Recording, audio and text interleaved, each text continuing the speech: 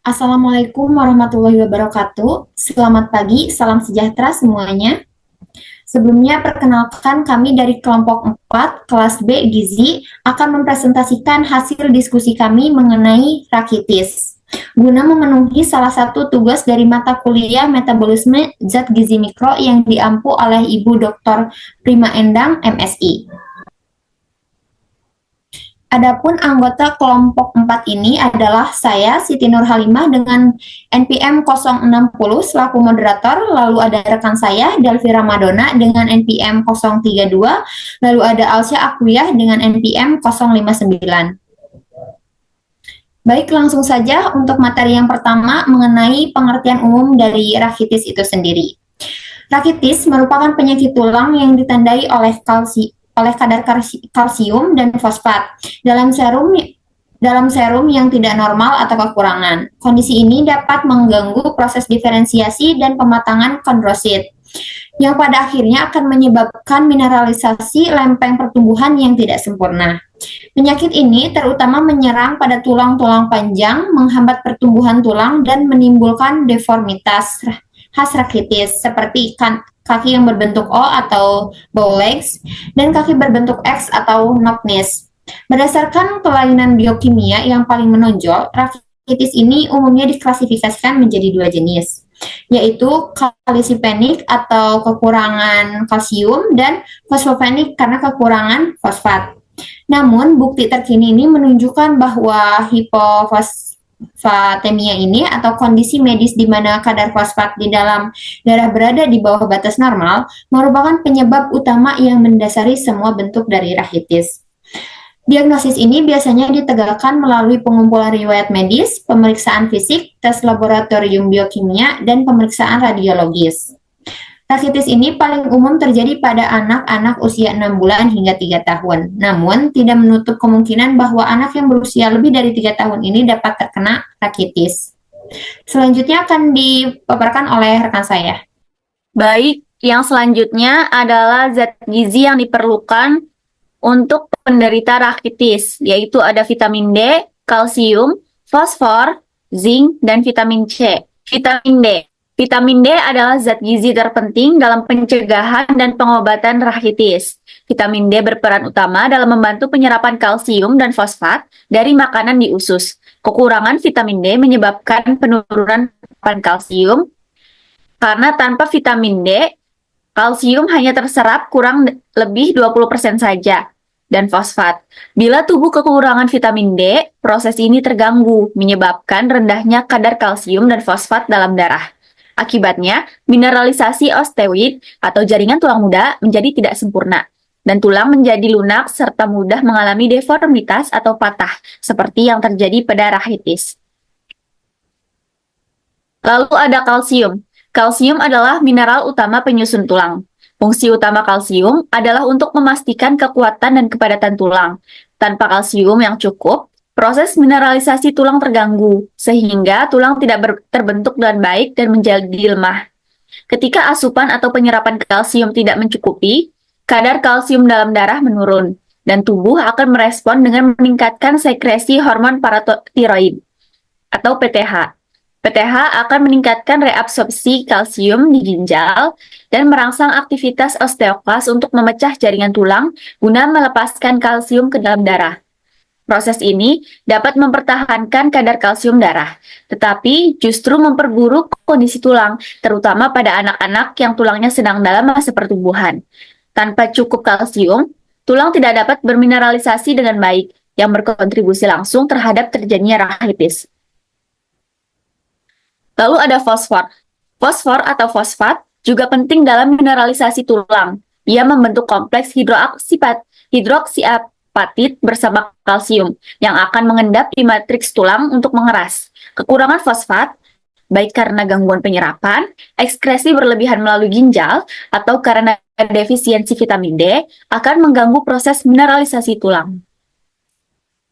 Lalu ada vitamin C. Vitamin C diperlukan dalam proses hidroksilasi prolin dan lisin pada sintesis kolagen, yang merupakan komponen utama matriks organik tulang. Matriks ini menjadi tempat posisi mineral seperti kalsium dan fosfat. Tanpa vitamin C, Pembentukan kolagen terganggu, sehingga mineralisasi tulang tidak berlangsung optimal, meskipun tersedia vitamin D dan mineral. Dengan demikian, vitamin C mendukung fungsi vitamin D secara tidak langsung melalui penyediaan struktur kolagen yang memungkinkan proses mineralisasi tulang yang efektif. Lalu ada zinc. Zinc mendukung aktivitas osteoblas, yaitu sel yang membentuk tulang baru. Selain itu, zinc penting untuk fungsi enzim 1-alfa hidroksilase, yaitu enzim di ginjal yang mengubah vitamin D menjadi bentuk aktifnya. Kalsitriol. Tanpa cukup zinc, produksi vitamin D aktif bisa terganggu. Zinc juga berperan dalam ekspresi gen yang dikendalikan oleh reseptor vitamin D, VDR, sehingga membantu sel tulang merespons sinyal dari vitamin D secara optimal. Nah, berikut contoh bahan makanan yang mengandung zat gizi yang diperlukan untuk penderita rahitis. Yang pertama itu ada sarden kalengan dengan tulang. Per 100 gramnya mengandung vitamin D sebanyak 270 IU atau 6,75 mikrogram. Kalsium sebanyak 382 mg, fosfor sebanyak 490 mg, dan vitamin C sebanyak 0, dan zinc sebanyak 1,31 mg. Yang kedua ada keju parmesan. Sebanyak 100 gram keju parmesan itu mengandung vitamin D sebanyak 20 IU atau 0,5 mikrogram, kalsium sebanyak 1100 mg, fosfor sebanyak 692 mg, vitamin C 0, dan zinc sebanyak 4,2 mg. Lalu contoh bahan makanan yang ketiga ada ikan salmon. Sebesar 100 gram ikan salmon itu mengandung vitamin D sebesar 16 mikrogram, kalsium sebesar 26 mg, fosfor sebesar 266 mg, vitamin C sebesar 4 mg, dan zinc sebesar 0,44 mg. Selanjutnya akan disampaikan oleh rekan saya.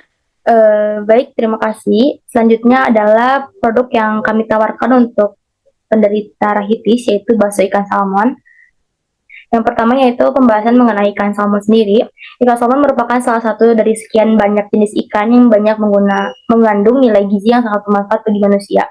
Jenis ikan ini dapat hidup di perairan tawar dan juga laut, dan merupakan salah satu hasil perikanan yang banyak dikonsumsi oleh masyarakat.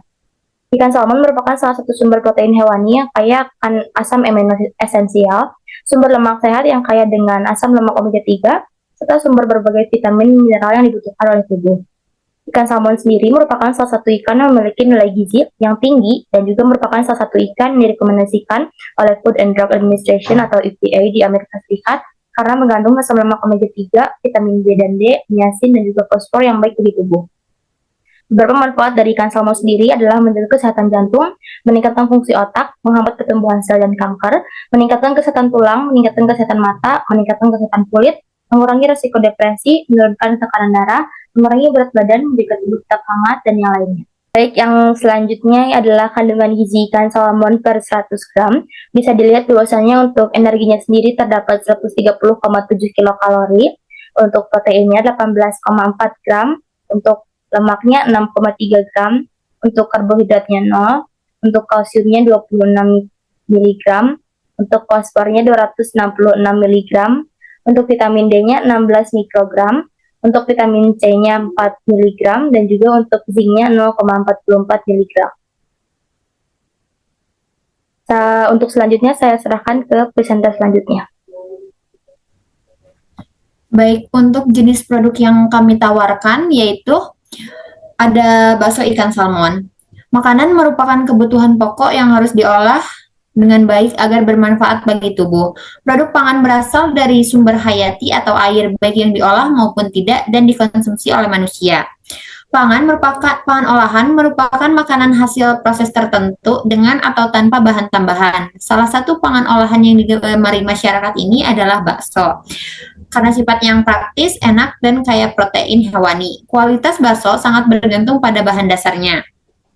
Oleh karena itu, kami memilih ikan salmon untuk penderita rahitis. Ikan salmon ini menjadi alternatif bahan bakso yang lebih bergizi karena mengandung asam lemak omega 3. Vitamin D, vitamin B12, protein tinggi, selenium, kalium, serta antioksidan alami seperti astaxanthin. Nutrisi tersebut sangat penting bagi pertumbuhan anak-anak, terutama dalam mencegah rakitis, yaitu gangguan pertumbuhan tulang akibat kekurangan vitamin D dan kalsium. Kandungan vitamin D dan omega 3 pada ikan salmon ini dapat membantu penyerapan kalsium ke dalam tulang serta menjaga kekuatan dan kepadatan tulang. Dengan mengolah ikan salmon menjadi bakso, menjadikan alternatif bagi anak-anak agar lebih tertarik untuk mengonsumsi makanan yang mengandung vitamin D tinggi dan yang lainnya. Hal ini menjadi solusi untuk meningkatkan asupan gizi penting secara menyenangkan. Selanjutnya saya serahkan kepada rekan saya. Baik, untuk yang selanjutnya yaitu usia target konsumen dari penyakit rahitis ini. Rahitis umumnya terjadi pada anak-anak usia 1-3 tahun yang struktur tulangnya masih mengalami proses pertumbuhan yang sangat pesat. Kondisi rahitis ini bisa mengganggu tumbuh kembang anak. Oleh karena itu, diperlukan formulasi makanan yang sesuai dengan salah satu contohnya yaitu produk yang kami bawa yaitu bakso ikan salmon. Baik, selanjutnya yaitu angka kecukupan gizi kelompok konsumen kami yaitu 1-3 tahun. Untuk energinya itu sebesar 1.350 kilokalori, proteinnya sebesar 20 gram, dengan lemak total sebesar 45 gram, dan karbohidratnya sebesar 215 gram. Lalu untuk vitamin D-nya sebesar 15 mikrogram, dan vitamin C-nya sebesar 40 miligram. Dan untuk kalsiumnya sebesar 650 miligram, fosfornya sebesar 460 miligram, dan juga zinknya sebesar 3 miligram. Untuk selanjutnya akan disampaikan oleh rekan saya. Baik, terima kasih. Yang selanjutnya yaitu kandungan gizi pada bakso ikan salmon per porsinya. Untuk energinya sendiri ada 656,2 kilokalori, untuk proteinnya ada 40 gram, untuk lemaknya 12,8 gram, untuk karbohidratnya itu 91,6 gram, untuk kalsiumnya 29,6 miligram, untuk fosfornya 548,6 miligram, untuk vitamin D-nya 32 mikrogram, untuk vitamin C-nya 8 miligram, dan juga untuk zinc-nya 1,7 miligram. Slide selanjutnya. Baik, di sini kami menampilkan untuk resep bakso ikan salmonnya sendiri dengan terdiri dari bahan baksonya yaitu 200 gram filet salmon, 4 siung bawang putih, 4 butir bawang merah, 1 butir putih telur, 100 gram tepung tapioka, setengah sendok teh baking powder, setengah sendok teh merica, garam, dan juga kaldu bubuk, 50 gram es batu yang dihancurkan, dan juga 750 ml air untuk merebus bakso. Begitu pula dengan bahan kuahnya yaitu 700 ml air, 1 sendok teh kaldu bubuk, 1 sendok teh garam dan merica bubuk, dan juga 2 siung bawang putih yang digeprek. Untuk cara pengolahan dari bakso ikan salmon sendiri, yang pertama yaitu blender atau chopper ikan dan juga es batu. Yang kedua, setelah halus, masukkan semua bahan kecuali tepung tapioka, lalu blender dan chopper kembali. Yang ketiga, setelah halus dan merata, masukkan tepung tapioka dan blender atau chopper lagi. Yang keempat, setelah tercampur rata dan adonan halus, langsung dicetak manual pakai tangan dan sendok. Boleh juga adonan dibulatkan dengan 2 sendok. Dan yang terakhir, masukkan bakso pada air yang sudah mendidih, rebus, lalu jika sudah mengembang, angkat dan bisa disajikan. Untuk yang selanjutnya, saya serahkan kepada presentator berikutnya. Baik, selanjutnya untuk interaksi zat gizi yang terkandung pada bahan-bahannya. Yang pertama ada vitamin D dengan kalsium. Kalsium ini berperan dalam kesehatan tulang dan gigi. Vitamin D dalam bentuk kalsitriol mendukung metabolisme kalsium melalui 2 cara. Yang pertama, vitamin D meningkatkan absorpsi kalsium atau penyerapan kalsium. Vitamin D meningkatkan absorpsi kalsium khususnya di jejunum dan ileum, terutama dengan meningkatkan ambilan kalsium melalui brush border dinding enterosit. Kalsium menginduksi kalsium binding kalbidins yang berperan dalam transportasi kalsium melintasi sel serta meningkatkan kalsium efflux dari sisi basolateral enterosit ke dalam sirkulasi. Efflux tersebut dimediasi salah satunya oleh TP-deriven vitamin D sensitive pump yang mana transporter ini akan bergantung pada vitamin D. Selanjutnya, vitamin D ini meningkatkan reabsorpsi kalsium di ginjal. Tulang berfungsi sebagai tempat penyimpanan dan sumber kalsium ketika kalsium dalam darah ini menurun. Kadar kadar kalsium dalam darah yang rendah dapat menstimulasi kelenjar paratiroid untuk membentuk PTH atau paratiroid hormon. Kemudian paratiroid hormon ini akan mengaktifasi vitamin D agar dapat menstimulasi ginjal untuk mengabsorpsi kalsium sehingga semakin banyak kalsium yang diedarkan ke pembuluh darah.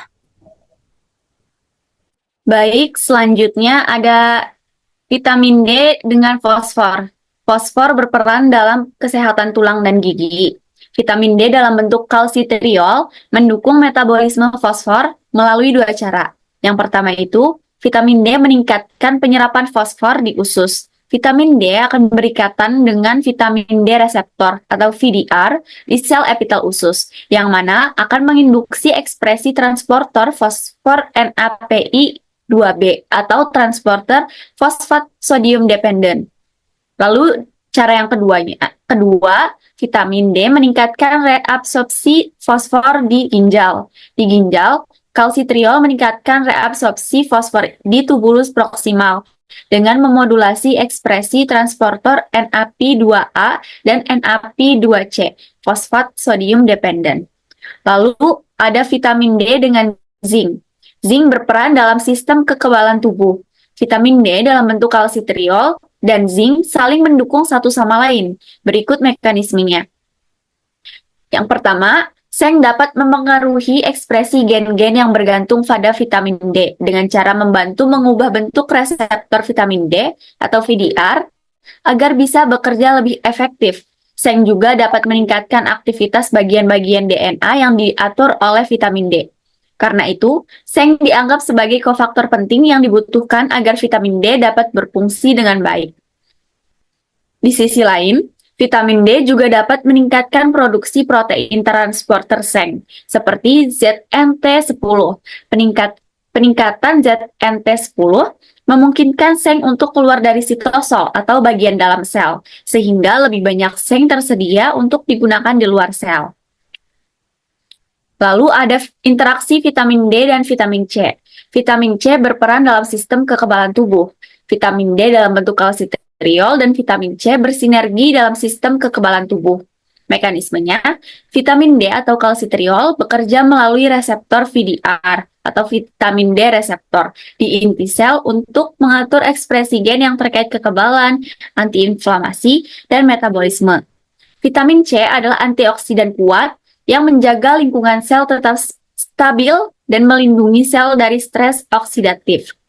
Stres oksidatif dapat mengganggu fungsi VDR, sehingga vitamin C secara tidak langsung memperkuat kerja vitamin D. Selain itu, vitamin C diperlukan dalam proses hidroksilasi prolin dan lisin pada sintesis kolagen, yang mana kolagen ini merupakan komponen utama matriks organik tulang. Matriks ini menjadi tempat deposisi mineral seperti kalsium dan fosfat. Dengan demikian, vitamin C juga mendukung fungsi vitamin D secara tidak langsung.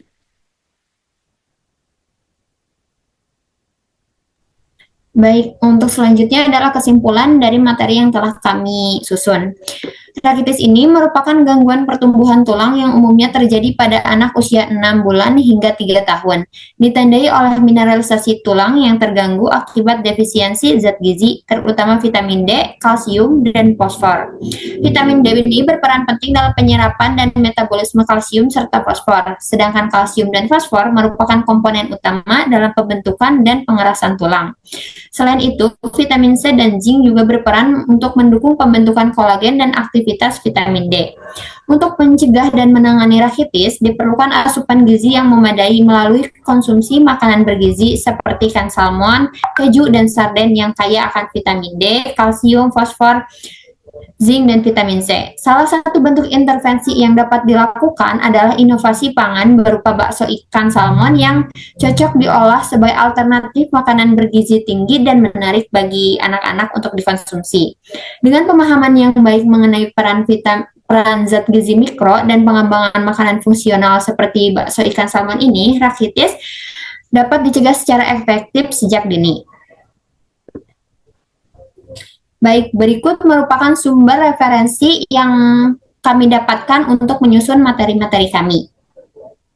Baik, mungkin itu saja yang dapat kami sampaikan. Mohon maaf bila terdapat banyak salah kata dan kekurangan. Wassalamualaikum warahmatullahi wabarakatuh.